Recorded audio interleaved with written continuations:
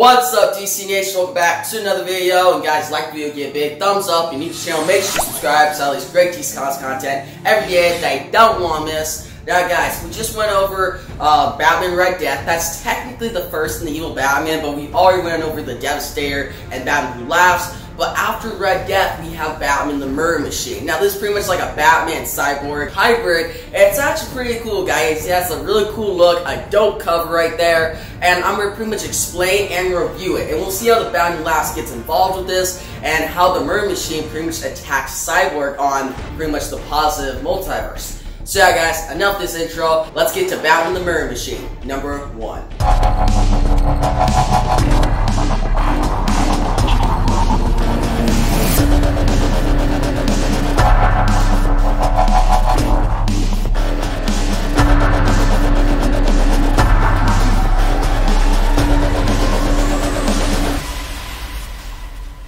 So guys, first off, we got this dope cover, and guys, this cover is amazing. You see pretty much the Murder Machine on top of, like, I think it's his Batmobile. It has like a big type, like, it looks like a Black Mask type face. It has that, guns, shooting everything, Cyborg shot, and it's actually like shiny on the cover.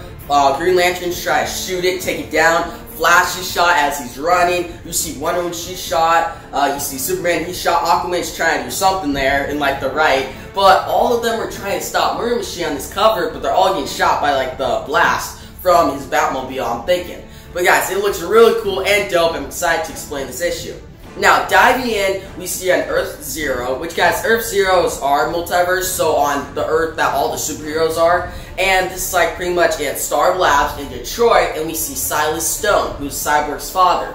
And pretty much all of this has been going down during like Dark Knight's Metal number 1 and number 2. So all these evil Batman tie-ins. Actually guys, let me clear this up real quick. So, all the evil Batman tie-ins, Red Death, Batman the Murder Machine, Batman Drowned, Batman Dawnbreaker, and then Batman the Merciless, they're all in between Dark Knight's Metal number 1 and number 2. Now the Devastator and Batman Who Laughs are between Dark Knight's Metal number 3 and number 4. So those are different. But the first 5 are between the first issue and the second issue of Dark Knight's Metal. So during that time, Batman stole a piece of Nith Metal from Black Hawk Island, and what happens, all the heroes are going after him. And pretty much then, he released the Evil Batman, Barbados. So some of this actually, it's kind of in between like issue number 1 and 3.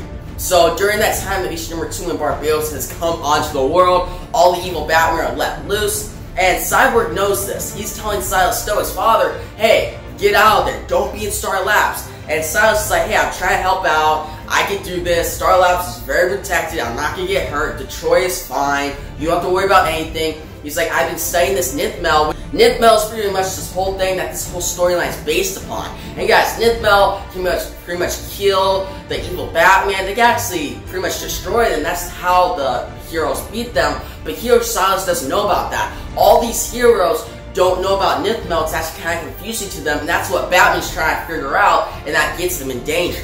But here Silas is figuring out, and Cyborg's like, hey, you can't be doing this. This is going to get you in trouble. The evil versions of what's going on, like, Cyborg doesn't know that much that's going on, but he knows that something is coming to the Earth that's evil and Batman caused it. And Cyborg's like, you have to stay safe because they're going to be going after this Nith Metal. And Silas is like, hey, I've dealt with metal before that has been really dangerous. I even implanted in you. Cyborg is made out of the mother box. So Silas has dealt with, like, dark side stuff before, so this can't be that dangerous, right? But what we see next is Cyborg says, oh, I'm fine too, I'm safe, I'm at the watchtower, you don't have to worry about me. But then he's like, hey, somebody just like transported into the watchtower. He's like, it's Batman.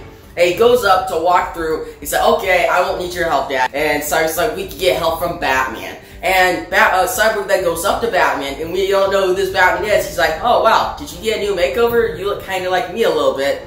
And it's the Murder Machine. He freaking blasts him, and from there we see it's the Murder Machine's right above him, and he's like, don't worry, Cyborg, I'm here to help. And he's just smiling. Now guys, what we see next is his origin story. This is on Earth 44 in the Dark Multiverse, and guys, it's months ago. You see all the Rogues Gallery led by Bane. Now, Bane pretty much has Killer Croc, Harley Quinn, Two-Face. You have different villains, and they're beating the crap out of Alfred. Like, they're punching him back and forth, and they're like, where is Batman? They're all looking for Batman.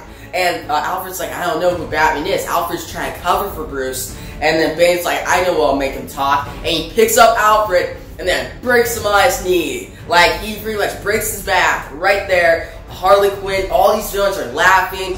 Bane's just breaking his back. Alfred is pretty much crying, he's yelling. And then we shift to pretty much a couple days later, and Batman has watched this replay over and over, seeing Alfred die. And Superman and the whole Justice League are there, they're in like suits and stuff, and they're like, you can't keep watching this, Bruce. I know he's your father and stuff, but this is very unhealthy. You're gonna get crazy over this, this is gonna make you sad. And Batman's like, he was my father. He helped me out. When my father and mother died, Alfred was there. He's pretty much like a surrogate father, like not his real father, but the father who took care of him this whole time. And Batman has always used Alfred as like that help. Like when Batman didn't know what to do, when Batman was in a bad situation and he felt helpless, Alfred was there to help him. He's always been like that father figure. And guys, one of the best issues that actually illustrate this is by Tom Taylor, and it's Batman Annual number 3 right here. And guys, this issue you see pretty much after Bruce's parents died. Alfred woke up, went, saved him, took care of him. And you see like one crime scene, Batman goes after like villains. He actually gets in trouble, almost dies, but Alfred shows up, saves him. It shows that Alfred's always there for him, and Batman can't be himself without him. So this is like a big thing to see Alfred die. Now, before heading into the story a little more, this makes me like it's kind of fascinating, like the story itself, but it's kind of weird that like a year or two later, Tom King kind of does like the exact same thing. Like guys, don't you think it's kind of weird? In this story, you see Bane, he's leading all these different people, like there's no Thomas Wayne here, but Bane's leading all these people, breaks Alfred's back, kills him, and then we see Batman just mourning over it. Now, in Tom King's run, we saw Bane leading a bunch of villains, same thing here. Didn't break his back, but snapped his neck. I think that's worse. And yeah, Thomas Wayne's not here, that's the only like difference, but still, it shows this is fine because it's pretty much like a dark multiverse. It's not the main DC continuity. Well, it's DC continuity, but it's in another world, it's Elseworld, where in our Earth, seeing Alfred actually die in Tom King's Batman, it's kind of dumb. It doesn't make a lot of sense, because like this is an Elseworld storyline, that's fine, but doing an actual like the DC universe, why? Like, Alfred's always that father figure, and if anything happened to him, Batman would pretty much descend into madness. So it's good for a story about a murder machine, like an evil Batman, but for our actual Batman in the DC universe to do that to him doesn't make sense. But guys, what we see next is we see Batman, he's talking to the Justice League. They're at like the Waking, which is pretty much all like Alfred, he's dead, but he's in like a casket. And Batman's talking to all of them, and Superman's like, Alfred's a good guy, you deserve better, I hope he's fine. Like, maybe he's somewhere good, and Batman's like, thanks, Clark, like, that's not really helping me that much, but I appreciate your support. But then, he talks to Victor Stone, who's Cyborg. He's like, way back, I created a protocol with you, that if Alfred died, he could come like an AI and still be with me. And he tells Cyborg, can you help me put that back online? And Cyborg's like, yeah, sure, we can do that. We ship back to the fight between Cyborg and the Murder Machine on pretty much the Watchtower. And we see the Murder Machine pretty much like, you pretty much helped me, Cyborg. You created these AIs, and that's what created me. Because this whole origin story is these AIs came back, right, as Alfred. And they took over Bruce, and they became a Murder Machine. Uses these to kill people. So, pretty much Murder Machine is like, Cyborg, if you didn't create that protocol, I would not be like this. If I'm happy I'm like this. And Cyborg's like, why are you doing this? And then you see on the comms, which is pretty much, it's Silas Stone. He's like, what's happening, Victor? What's happening? Tell me something. And Cyborg can't speak. He's getting beat the crap out by the Murder Machine. And then as the Murder Machine, he then says to Cyborg, I'm going to go after Silas Stone. I'm going to go after your father. And he's going to come into our plans. Pretty much saying he's going to kill him in a way. And Cyborg then punches him across the face. And he's like, no, that's not going to happen. And the Murder Machine's kind of laughing about this. He's like, you think you hurt me? And Cyborg's like, I'm not going to let you kill my father. I know you're trying to pose as Batman, but you're not Batman at all. And then they do like a big blast fight, guys. He's blasted the Murder Machine. The Murder Machine is pretty much like holding off. And it's a cool like standout. Like, it's a standout image. I really like it. But then what we see next is the Murder Machine then plugs into the whole Watchtower, and these AI Alfreds come out, and they're like, how can I help you? And they start going after Cyborg, and Cyborg's like, what the hell? And guys, we then ship back to Earth 44 in the Dark Multiverse, pretty much the origin of the Murder Machine, and we see these AIs. Like I said, these AIs are kind of evil. They're pretty much, their whole goal is to keep Bruce safe. So they're gonna kill anyone, kill any enemies of Batman. And that starts out with Bane. Now guys, well, it actually ends with Bane. If the AI Alfred actually killed everyone in Arkham Asylum, killed Harley Quinn, all these different villains. The last target was Bane. And you see Bane's like, I'm done, I'm not going to kill Batman, I'm not going after him, I'm just going back to Santa Prisca, leave me alone. And you see Alfred just blast him and kill Bane. Right there, guys. He kills Bane. That's crazy. I think that's crazy. Kills Bane, and then Cyborg comes back, we see him going to the Batcave. He's like, Bruce, what is going on? These AI Batmen have killed pretty much different villains. All your villains is coming very much like crazy. This is pretty much to help you cope with Alfred's death so you can eat dinner, so you can come back to being the normal Bruce Wayne I know.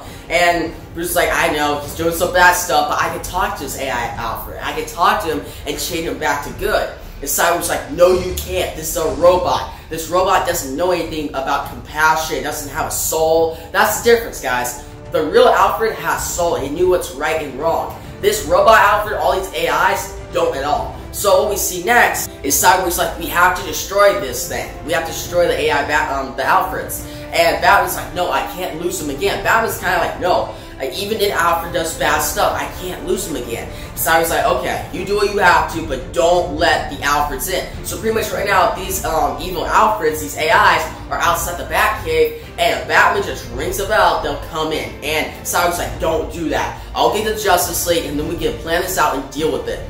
But obviously, we then ship back to the Murder Machine, and Cyborg fight, and the Murder Machine tells Cyborg, I let the AI Alfreds in, the AI Batman, the AI Alfreds in, and these AI Alfreds pretty much took over him, plugged into his system, and he became the Murder Machine. And he pretty much became evil. Now he has these AI Batmans, and he's like, Alfred can always be with me forever. He's never gonna leave. So pretty much this Batman is like a psychopath. He's a psychopath.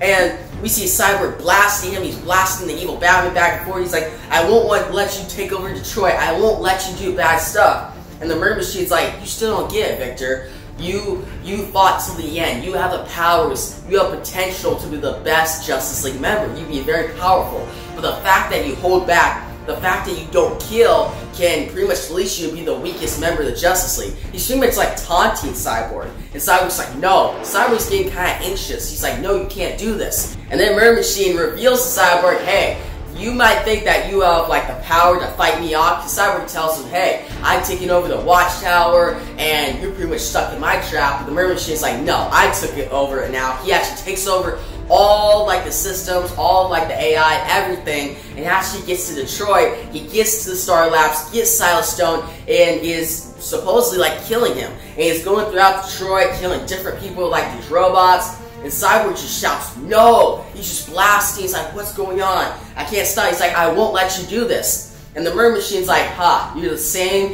Cyborg that I killed in my universe. And turns out, in his universe, the Cyborg in like that Earth teamed up with Justice League to fight out the Murder Machine, but the Murder Machine killed off everyone until Cyborg was the last one left. And guys, what we see is Cyborg is blasting him. Cyborg's like, the only reason I'm not dead right now is because you still have compassion, Bruce. Get out of this, stop Alfred. And pretty much Bruce tells him, or the Murder Machine tells him, that no, I feel happy and you can't stop that. And that's what Murder Machine does. He grabs Cyborg by the head and pretty much decapitates him, kills Cyborg, and then Murder Machine's like, I did it. I saved the world. I'm with Alfred, but then obviously, like the other evil Batman tie-ins, his world starts crumbling apart. As every Dark Multiverse Earth does, it starts getting destroyed. And Murder Machine's like, what's going on? Where do I go? And that's when the Batman Last shows up. He pretty much gives him the proposition that, hey, I can save you, and then you still be with Alfred, but I need you to go destroy this other Earth. And the Murder Machine is like, count me in. And he joins the ranks of Red Death and the Batman Last, and Barbados. Now, when we see next, we go back to, that pretty much wraps up his origin story, but we go to Murder Machine via Cyborg. He's fighting him off, and Cyborg actually goes against the Murder Machine's pretty much forcefully. He's like, booyah! And if you know Cyborg, if you're a fan of Cyborg, you know that's his best catchphrase. Always back to the Teen Titans animated series, him just saying, booyah! That's just like the best thing. And you see him get through, and it's like, I'm gonna beat you, and Cyborg's actually about to win, but that's when the evil Batman show up, and you see the Devastator grab him, all the evil Batman around him, and they're just about to beat the crap out of him. Murder Machine is like, I'm gonna let Silas Stone hear this. And Silas is at Detroit, he's surrounded by AI Alfreds, and he's pretty much hearing his son get beat the crap out, maybe killed. He doesn't know what's going on, and you see him pretty much just yelling, Victor, say something, tell me you're alright. But you see a Devastator punching Cyborg, you see the Drowning beating the crap out of him, you see the Merciless cutting him with his sword, you see the Murder Machine blasting him, you see Cyborg just being beat the crap out of him. Like, he's just down, and he's pretty much torn to pieces. And you see the Batman Last come by, and he's like, did you absolutely think that you're gonna get out of this? You can beat all of us? We're evil Batman, you can't stop us. And he then says, at the last thing, he's like, we're pretty much the Dark Multiverse. We've been waiting for all this time to come to your Earth and take over. All we needed was a ringing. And this goes back to the thing that all the AI Batman needed to get through to Bruce was a ringing to let them in. And pretty much like Batman did by doing all those nith-mail, by investigating it, he let the Dark Multiverse in. So it's kind of like it's a comparison, you know? It's a comparison that what Batman did, our Batman, what he did by investigating, letting the Dark Multiverse in, it was bad. He did the same thing that the Murder Machine did by letting the AI Alfred in, just different circumstances. And it ends with the Watchtowers taken over by the Murder Machine, and Cyborg is just pretty much done. He's done. He's not dead, but he's torn to pieces. And that leads us to the next one, Batman Dawnbreaker. So yeah guys, that's the explained part of this video done. So let's get to my review of Batman the Murder Machine, #1. Guys, this issue is pretty good. It's really fascinating with the whole Batman and pretty much Alfred dying. And I like comparing it to Tom King's run, because Tom King killed Alfred, and this is the same thing that happens here. Difference is, Elseworld, DC continuity. So that's the thing. So looking back at this, at the time, I was like, okay, it's a nice story. Well, not a nice story. It's a really fascinating story that has Batman pretty much to say a madness about Alfred, and then pretty much beating the crap out of Cyborg, killing all the Justice League. Like, okay, it's another origin of the evil Batman. But now that I look back at it, it's really interesting with what's been going on in Tom King's Batman back then at the end of his run. It's really interesting. Like guys, I like to know in the comment section below, what do you think about that comparison? What do you think about Tom King's run, the end of it with Alfred dying compared to this issue itself? Pretty cool, I think. But guys, overall, this issue, the art was really good. It looked really cool. I like mentioning like Silas Stone, having him involved. Cyborg, he's one of my favorite characters, and especially that scene when he's just like booyah, and he punches through. That was great. But the one problem with this that kind of holds it down a little bit was it was kind of overwritten. Like guys, it's written by Frank Tier and James Tynion IV. And guys, James Tynion, if you know him, he can have some great work sometimes, or sometimes his work is kind of not so good because he overwrites. And that happens in this issue. Like I swear, when I was rereading this, I was like, man, there's a lot of dialogue. Like, no one would be fighting and they have this much dialogue, like actually. But yeah, it makes it a little slog to get through. Like, the story itself is really good, but the writing not really up to par compared to like Scott Snyder. We got a still solid issue. I recommend it, and that's why I'm going to give it an 8.3 out of 10. I recommend it. You should go check it out, mostly for the art and to pretty much see Batman the Murder Machine's origin story. It's really good. But yeah guys, that's the video. If you liked it, give a big thumbs up. Your YouTube channel, make sure you subscribe to all these great DC Comics content every day that you don't want to miss. Yeah guys, that's the video, and peace out.